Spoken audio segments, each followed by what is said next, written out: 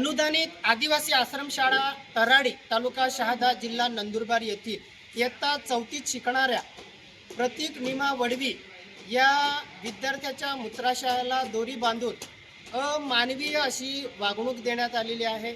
या संपूर्ण घटनेची सखोल चौकशी करून दोषी प्रशासकीय कर्मचाऱ्यांवरती कठोर कारवाई करण्यात यावी या मागणीचं निवेदन आज आम्ही बिरसा फायटर संघटनेतर्फे माननीय आयुक्त आदिवासी विकास भवन नाशिक व माननीय अपर आयुक्त आदिवासी विकास भवन नाशिक यांना दिलेलं आहे।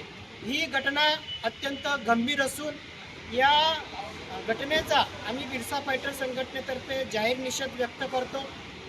या विद्यार्थ्याची ही घटना 6 फेब्रुवारी 2025ला घडली आणि तब्बल 3 दिवसांनी म्हणजेच 8 फेब्रुवारी 2025 रोजी तेथील प्रशासकीय जे कर्मचारी आहेत, शिक्षक आहेत, मुख्याध्यापक आहेत त्यांना माहीत पडली आणि त्याच्यानंतर त्याला दवाखान्यात नेण्यात आलं आणि दवाखान्याच्या उपचारामध्ये पालकांनी स्वतः खर्च करून औषधोपचार केलेला आहे।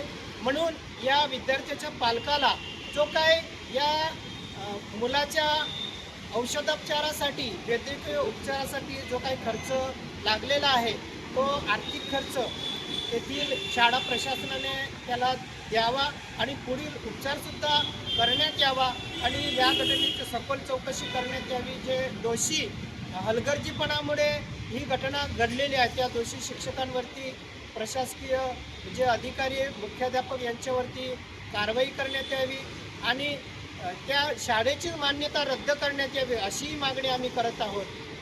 अशा प्रकारच्या घटना जेणेकरून पुढे घडू नये म्हणून आदिवासी विकास विभागाने उपाययोजना योजाव्यात अशी आम्ही याद्वारे मागणी करत आहोत। जय बिरसा, जय आदिवासी।